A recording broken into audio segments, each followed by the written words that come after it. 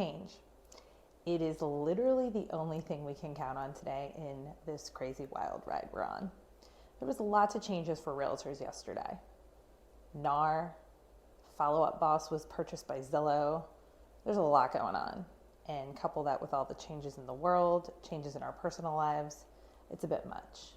But here's what I would challenge you as far as change in mindset is concerned. Change is going to happen. We're automatically going to react. We're going to get emotional. Ask yourself if there's anything you can do about what's happening. If you see a piece of news or something happens with a client, is there anything you can do? If there isn't, you have to find a way to let it go. I know it's so hard. Wait until you have to actually do something or you can do something. That's when change is really going to matter.